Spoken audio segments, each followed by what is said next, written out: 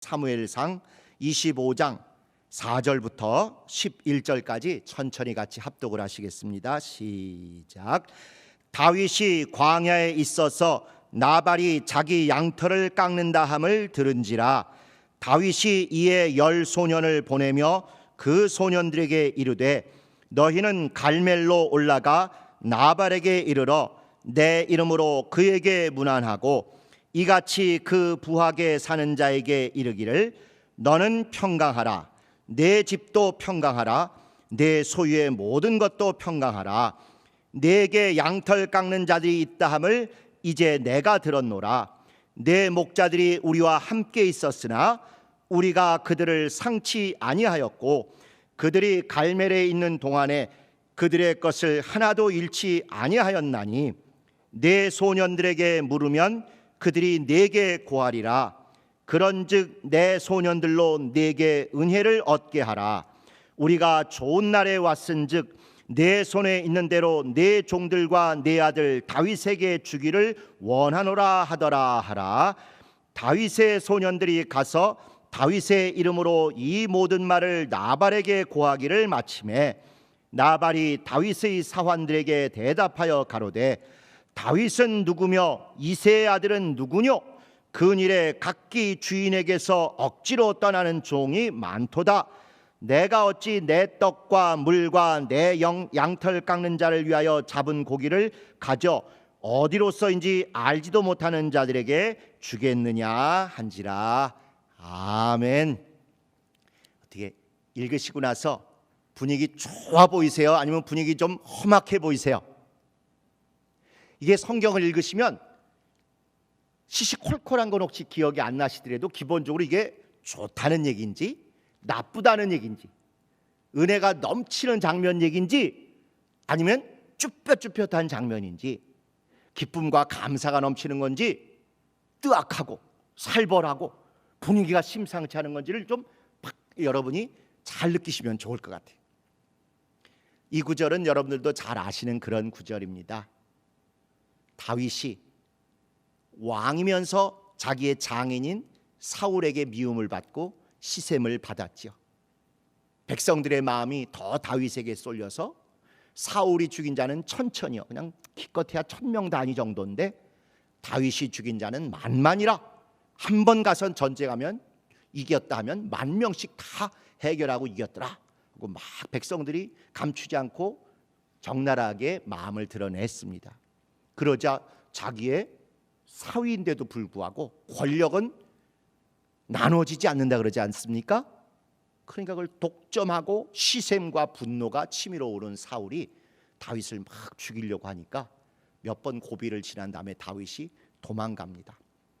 아주 황망스럽게 도망가다 보니까 갖춘 것이 별로 없죠. 챙긴 것도 없고.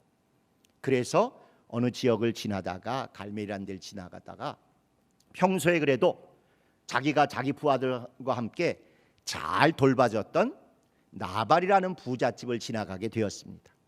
굉장히 큰 부자입니다. 양도 많고 또 목동들도 많고.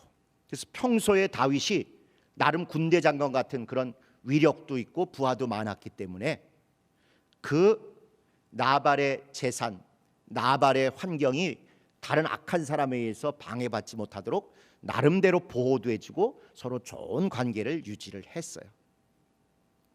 그런데 지금 다윗의 신세가 그렇지 않고 예전과 같지 않고 막 왕에게 미움받아서 도망가고 몰골이 예전보다 좀 초라해 보이고 가진 것이 없다 보니까 다윗도 급해서 나발에게 자기 부하들을 보냈지요. 예전에 우리가 잘 지내지 않았느냐? 네가 어렵거나 불안이 있을 때도 내가 잘 지켜줘서 큰 어려움이 없지 않고 내가 결코 갑질을 하거나 착취를 하거나 몹쓸 짓을 하지 않았던 거 잘 기억하지 않냐? 근데 내가 지금 너무 어렵다. 그러니 옛날 우리 서로 은혜를 끼치고 좋은 선의의 관계로 있었던 걸 기억해서 조금 좀 끼니를 채울 수 있고 우리가 움직일 수 있는 그런 물질과 자원을 좀 줬으면 좋겠다 하고 보냈어요. 그랬더니 이 나발이 아이고 네가 언제적 다윗인데 난 널 모른다 이러고 야멸차게 그걸 거절해 버렸습니다. 우리가 읽은 데가 이제 거기까지 내용이죠. 그리고 그 이후에는 결국 하나님이 직접 손대셔서 다윗이 손을 대지 않았어도 그렇게 신의를 저버리고 믿음과 사랑을 저버린 사람을 하나님이 직접 목숨을 거두어 가시고 그 재산을 다윗에게 다 붙이신 이제 그런 이야기가 나옵니다. 그래서 오늘 이 말씀을 통해서 우리가 생각해 보고자 하는 것은 귀에 못이 박이도록 우리가 들은 빛과 소금에 대해서 조금 더 구체적이고 적나라한 생각을 같이 나눠봤으면 좋겠습니다. 그래서 제목도 어떤 빛, 어떤 소금. 빛과 소금, 빛과 소금 수백 번을 들었지만 구체적으로 어떤 빛을 주님이 원하시는지, 어떤 소금을 우리에게 기대하시는지 이걸 거창하지 않고 너무너무 구체적이고 너무너무 일상적이고 너무너무 적나라한 그런 모습으로 한번 생각해 봤으면 좋겠습니다. 잘 나갈 때는 이렇게 우호 관계를 잘 가졌어요. 그걸 알기 때문에 다윗도 나발에게 대해서 아주 중요한 표현을 6절에 하고 있습니다. 무슨 얘기인가 하니 너는 평강하라. 나발 너는 평강하라. 내 집도 평강하라. 내 소유의 모든 것도 평강하라. 여러분이 잘 아시는 평안, 평강, 화평 다 같은 말입니다. 그런데 평안하세요 한마디 하면 될 것 같은데 아주 구체적으로 세 가지를 나누어서 평강을 빕니다. 내가 평강하라. 내 집, 정확히는 내 가족들이 평강하라. 그리고 내 소유가 평강하라. 이렇게 아주 콕 집어서 이야기합니다. 우리가 귀하게 여기는 소위 히브리식 사고방식, 성경의 사고방식은 절대 추상적이고 정신적인 개념이 없어요. 평강 그러면 우리 자꾸 내면에 어떤 그냥 좋은 심리 상태나 정신 상태를 은연중에 생각을 하기 쉽습니다. 그거는 히브리적 사고방식이 아니라 철학이 발전한 헬라적 사고방식, 소위 서구적 사고방식입니다. 히브리 사람들 서양 아니에요. 동양입니다. 어떻게 보면 그들은 절대로 정의 한다고 해서 추상적이고 막 정신에 대한 거 이런 거 생각지 않아요. 사랑 마음속에서 아닙니다. 이런 우리가 추상적이고 감정이고 정서적이라고 생각했던 모든 것들 그들은 아주 적나라한 인간의 관계, 만남, 부딪힘, 눈에 보이는 물질, 직접 몸을 움직여서 실행하는 이런 것으로 아는 것이 다른 모든 민족들과 특별히 구별이 됩니다. 이웃을 사랑하라 하면 나 마음에서 너 좋아해. 이건 성경이 말씀하고 있는 사랑도 아니고 히브리적 개념의 사랑도 아닌 거예요. 사랑한다면 야고보서가 강조하는 대로 옷이라도 벗고 있으면 입혀서 보내고 끼니를 걸렀으면 같이 먹어주고 또 뻔히 집에 걸어갈 게 저 먼 길을 걸어갈 게 보이면 차비라도 이렇게 내주는 그것이 될 때 사랑을 했다 이렇게 얘기를 하는 거예요. 예수님에게 바리새인들이 선한이시여 하니까 너희들이 생각하는 그런 게 선이 아니다. 안식일에 아파서 우물에 빠진 그 가축이 있으면 꺼내주는 게 선이고 병자가 있으면 고쳐주는 게 선이지 곱상한 얘기하고 착한 표정 지어주고 잘 다독거려서 얼러가지고 보내주는 게 선이 아니라는 것입니다.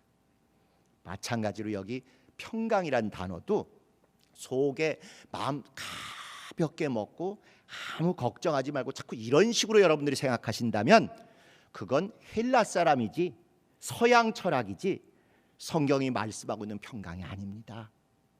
이렇게 적나라하게 얘기하듯 내가 평강하고 내 몸뚱아리가 아프지 말고 건강하라는 거예요.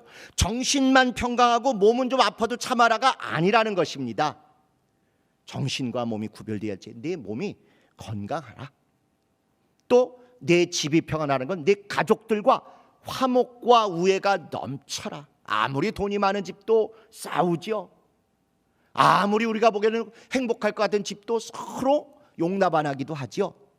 그건 평안이 아니라는 것입니다. 내 집이 평안하라, 곧 내 가족이 화목하라, 우애가 있어라.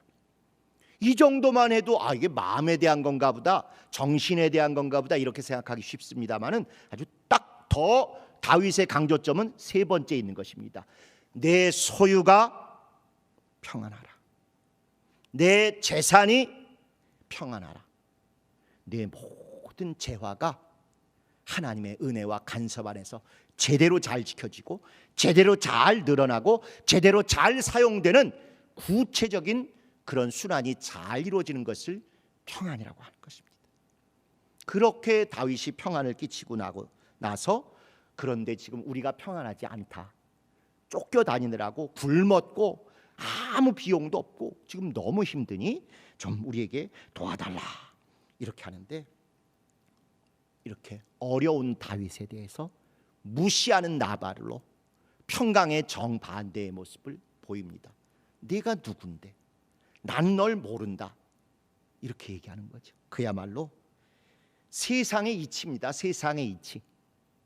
누군가가 권력 있고 잘 나가고 나하고 뭔가 이해관계가 맞을 것 같고 그에게 뭔가 떨어질 것 같으면 얼굴 밝게 하고 가까이 가고 아는 척하고 같이 사진 찍고 밥 먹으려고 그러고 이랬다가 권력에서 밀려나거나 부도가 나서 재산이나 사업체가 별로 이제는 의미가 없어지거나 나보다 추해지면 언제적 내가 알던 사람이냐고 얼굴을 확 돌리고 쌩하고 모른 척하는 지극히 당연한 세상의 이치입니다. 나발이 보여준 것, 왕의 사위로서 군대를 거느리고 자기를 보호해줬던 좋은 시절의 다윗 때는 좋은 관계 유지하다가 다윗이 미움을 받아서 도망가고 지금 막 행색이 초라한 걸 보고는 난 널 모른다. 아니 내가 우리 목동들 줄 고기를 왜 너 같은 놈한테 주냐? 네가 누구간데? 대놓고 무시하는 정말 세상의 이치를 그대로 보여주죠. 이게 세상이 가장 진리라고 생각하는 이해관계의 법칙입니다. 이해관계의 모습이죠. 그러나 우리 신앙은 이해관계의 모습이 아니라 은혜관계의 모습입니다. 서로 은혜를 끼치고 서로 은혜를 인정하고 서로 은혜를 받았음을 고백하는 이런 관계를 주님은 기대하셨고 다윗도 그걸 기대했던 것이죠. 그런데 너무너무 정남이 똑 떨어지게 이렇게 야박하게 굽니다. 빛과 소금의 원리, 빛과 소금의 관계, 은혜와 긍휼의 관계 정말 휴지 조각처럼 던져버리고 난 널 모른다, 이렇게 돌아섰습니다. 우리가 배운 빛과 소금 너무너무 많이 들어서 뭐 더 이상 여러분 들으실 필요 없고 이미 다 통달하셨어요. 문제는 빛과 소금의 관계를 정말 이런 권력의 관계가 아니라 빛과 소금의 관계는 권력이 있고 없고 이런 것이 아니라 권력 있을 때만 잘 대하는 것이 아니라 곤경에 처했을 때, 고난에 빠졌을 때 그때 오히려 빛과 소금의 관계임을 드러내는 것, 그것이 주님이 우리에게 기대하시는 참된 믿음 아니겠습니까? 이해관계가 맞아서 이해관계로 맺어지는 관계가 아니라 긍휼관계, 은혜관계, 정말 마음과 마음이 서로 비추어지는 공감이 되는 그런 관계가 빛과 소금의 관계겠죠.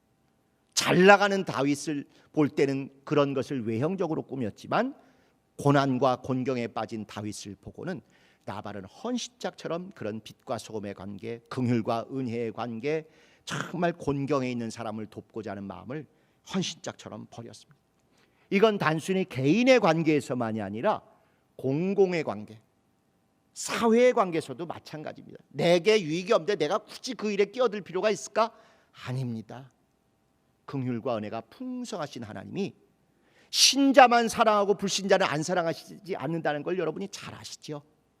공중에 나는 새마저도 먹을 것을 하나님이 끝까지 책임져 주시고 들에 핀 백합화마저도 세상 어떤 명품옷 못지않게 아름다운 것으로 입히셨습니다. 비록 지옥에 갈 예수를 아직 모르는 사람이라 할지라도 그의 건강, 그의 화평, 그의 가정의 온화함을 위해서 해도 주시고 비도 주시고 모든 세상의 노력이 떨어지지 않도록 일반은총으로 책임지시는 걸 우리가 너무 잘 알고 있습니다. 그런데 우리는 이 빛과 소금의 일을 너무 좁은 면으로 그동안 본 것 같아요. 우리 품 안에, 교회 안에, 요 안에서 믿는 사람끼리만 뭔가를 좀 도와주면 그게 빛과 소금이고, 그래서 뭔가 교회에 구체적으로 유익이 있어야만 빛과 소금인 것처럼 이렇게 아주 편협하게 그렇게 봤던 면이 있습니다. 전도에 도움이 되는 것만 최소한 하려고 그러고, 또 목회자나 누군가 영향력 있는 사람의 마음에 들 것 같은 것만 하는 것이 마치 빛과 소금의 역할인 것처럼 정말 주님 보실 때는 너무 안타깝고 너무 속상한 그런 모습이 아니었나 싶습니다. 빛과 소금은 거창하거나 추상적이 아니라 아주 구체적으로 오히려 불신자가 더 알아보는 일을 하는 게 빛과 소금입니다. 세상의 빛과 소금이지 교회 내부의 빛과 소금이 아니지 않습니까?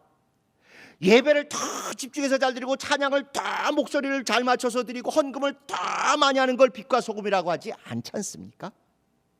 세상이 볼 때, 불신자들이 볼 때, 저 사람 우리하고 다르네? 저 사람 왜 저러지? 교회 다닌다더니 교회 다녀서 저렇게 우리하고 다르구나. 교회 다니는 사람은 저런 거구나. 나도 교회는 안 다니지만 저런 거라면 가고 싶다. 내가 만약 교회에 가게 된다면 저 사람 따라가고 싶다. 저 사람 같으면 내가 안심하고 나와 우리 애들 데리고 한번 가보고 싶다. 그들 입에서 교회다움이 인정되고, 그들 입에서 저 사람이 저러는 거 보니까 진짜 하나님이란 분이 계시나 보다, 이렇게 고백이 나오고 시인이 될 때 우리 주 예수님의 하나님은 가장 큰 영광을 받으십니다.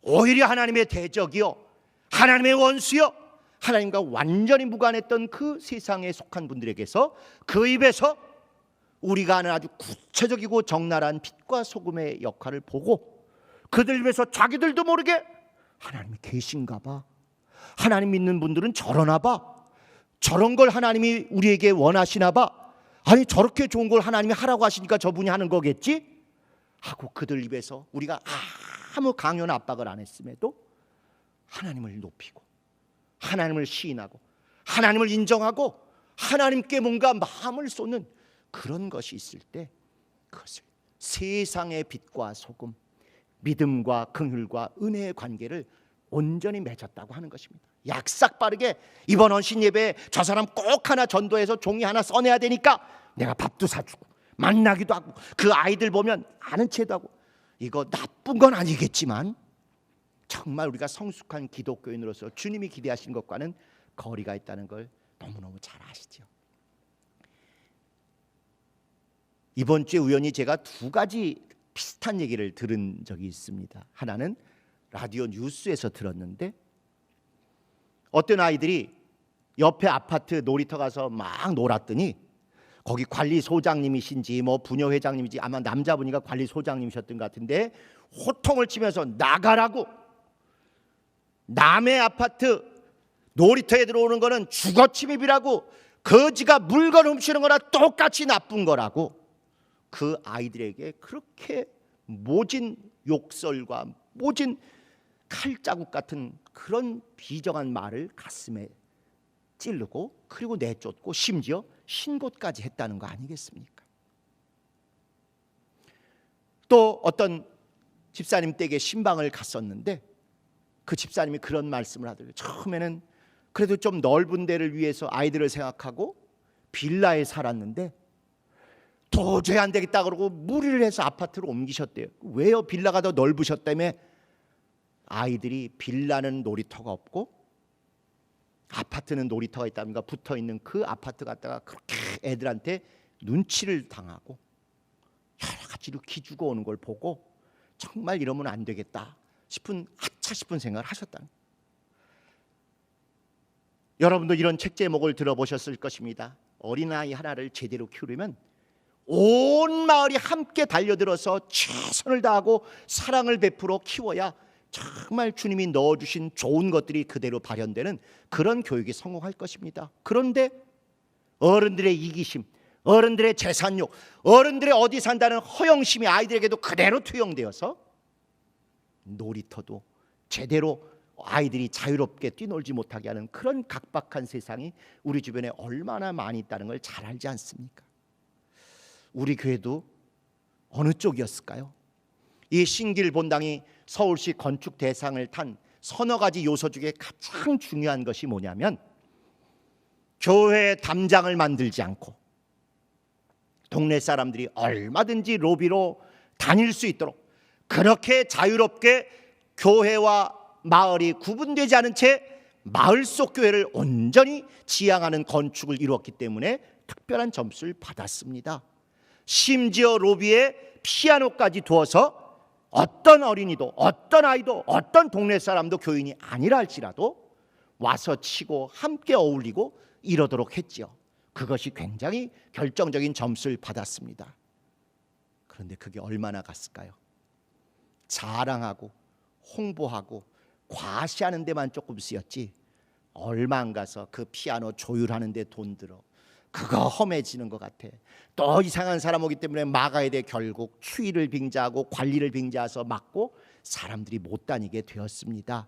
어떤 동네 아이들도 거기에 접근하지 못하게 되었죠. 심지어 24시간 개방하던 기도실도 불황자가 한두 번 왔다고 해가지고 거기에 또 불미스러운 일이 있었다고 해가지고 결국 차단하고 못하게 그렇게 했던 것을 아실 것입니다.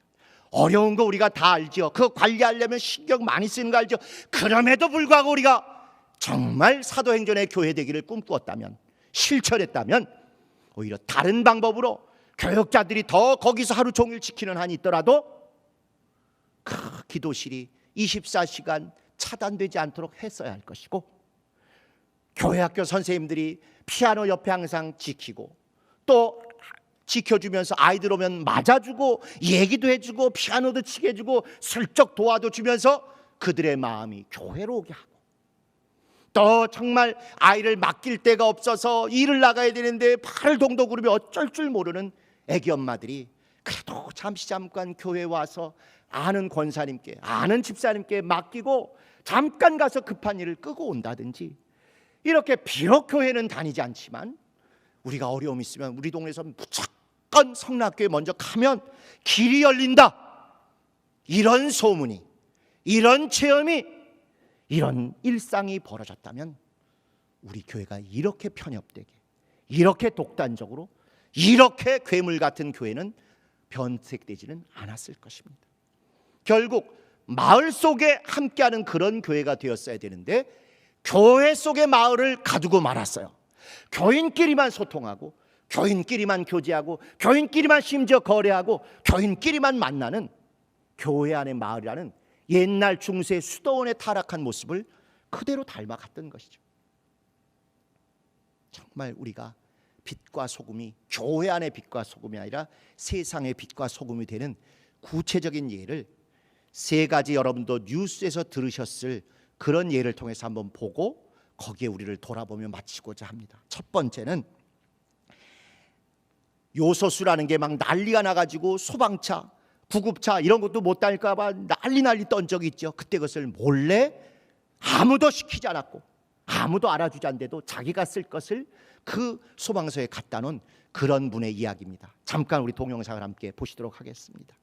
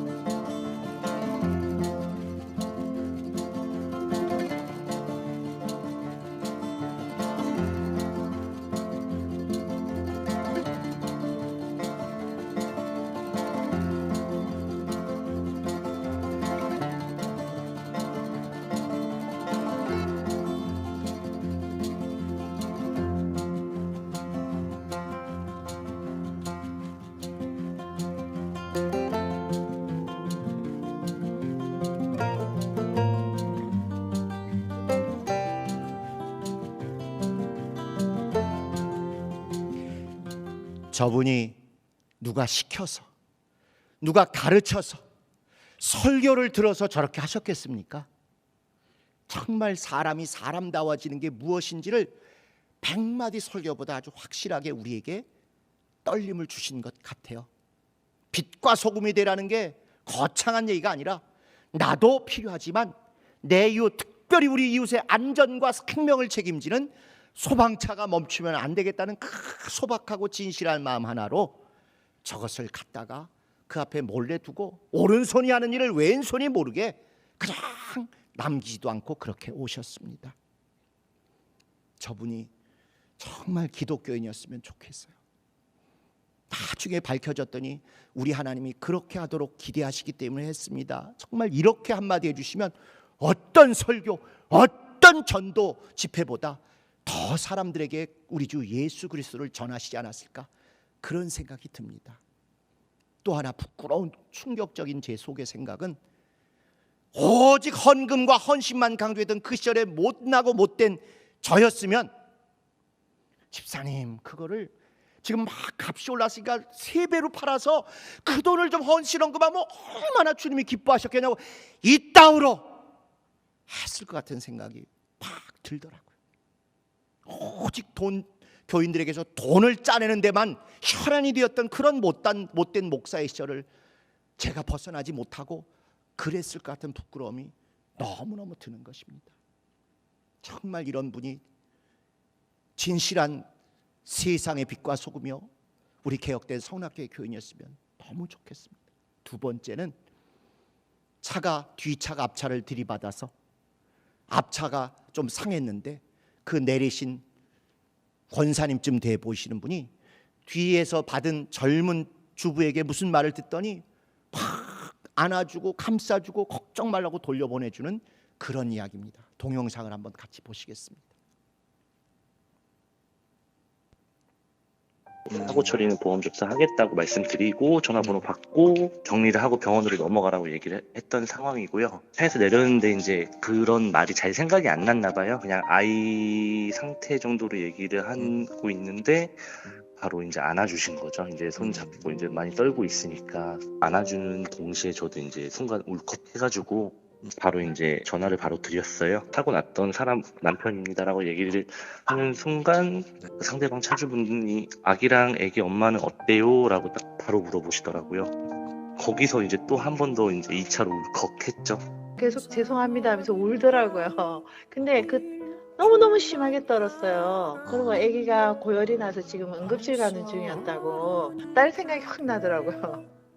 저 딸이랑 나이가 비슷할 것 같아서 그래서 저도 모르게 그냥 아우 괜찮다고 끌어안으면서 걱정하지 말라고, 엄마가 정신을 차려야지 아기를 데리고 병원을 가지 여기서 정신 놓으면 안 된다고 그랬죠. 부모 마음은 다 똑같잖아요. 특히 엄마는 그냥 빨리 이 엄마를 달래서 빨리 여기 병원을 가야 되겠다는 그 생각밖에는 한 게 없죠. 아이 엄마가 아이 아파서 당황해가지고 병원을 가는 중에 앞에 차를 경황 없이 좀 추돌을 했습니다.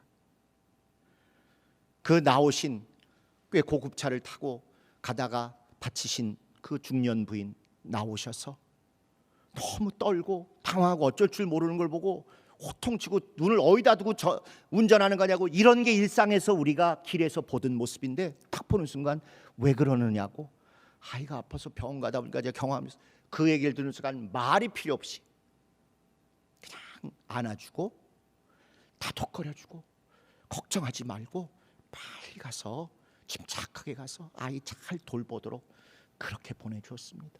아이 아빠가 나중에 블랙박스에 나온 동영상을 보고 그 차주에게 전화를 했더니 또 그 남편에게도 걱정하지 말라고 이렇게 해서 정말 돈이 좀 있고 생활이 좀 되는 그분들의 고상하고 기품 있는 삶이 무엇인지를, 베레아 사람이라는 귀부인이 어떠해야 되는지를 노블리스 오블리주라는 그 도덕적인 의무를 다하는 고상한 귀부인과 신사들이 어떠해야 되는지를 긴 말이 필요 없이 그대로 보여준 것입니다. 세상의 빛과 소금으로 공감하고 긍휼히 여기고 정말 내 문제로 감싸는 이런 모습에 무슨 말, 무슨 성경 구절, 무슨 설교가 더 필요하겠습니까? 100마디 전도의 말보다 그 안아주신 그분의 따뜻한 가슴과 따뜻한 손 때문에 이분과 그분의 관계가 은혜와 긍휼의 관계로 계속되지 않겠습니까? 마지막으로 또 하나는 차가 지나가는데 어린아이 둘이 형제가 남자애들이 막 뛰어다가 가다가 확 횡단보도로 끼어들었어요.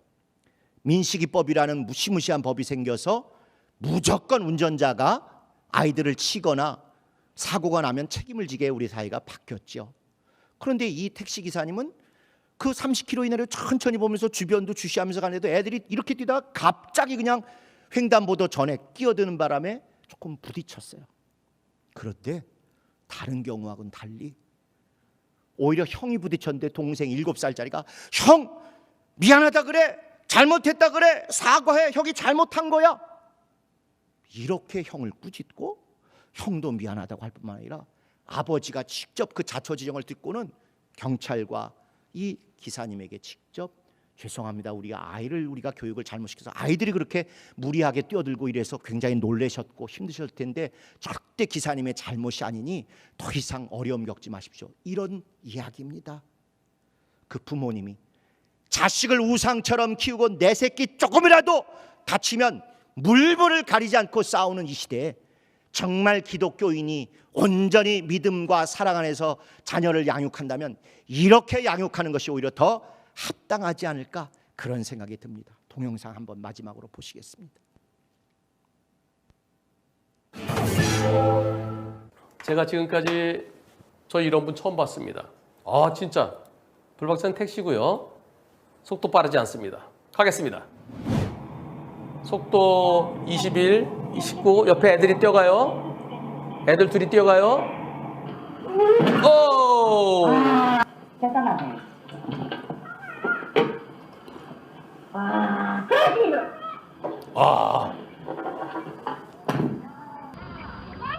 야, 이거 가만히 있어. 전화해요. 괜찮아. 전화해가지고 엄마한테 이야기해. 가만히 괜찮아. 가만히. 예. 어떤 상황일까요? 형이 난간이 끝나면서 뛰어들었어요. 그 차랑 붙였어요. 어린이 보호구역. 이분이 저한테 이렇게 질문하셨습니다. 저는 아이의 아빠입니다. 아이는 사고 당시에 코피가 났네요. 운전자는 택시기사분인데요. 네, 사고 나자마자 경찰에 접수를 본인이 했고요.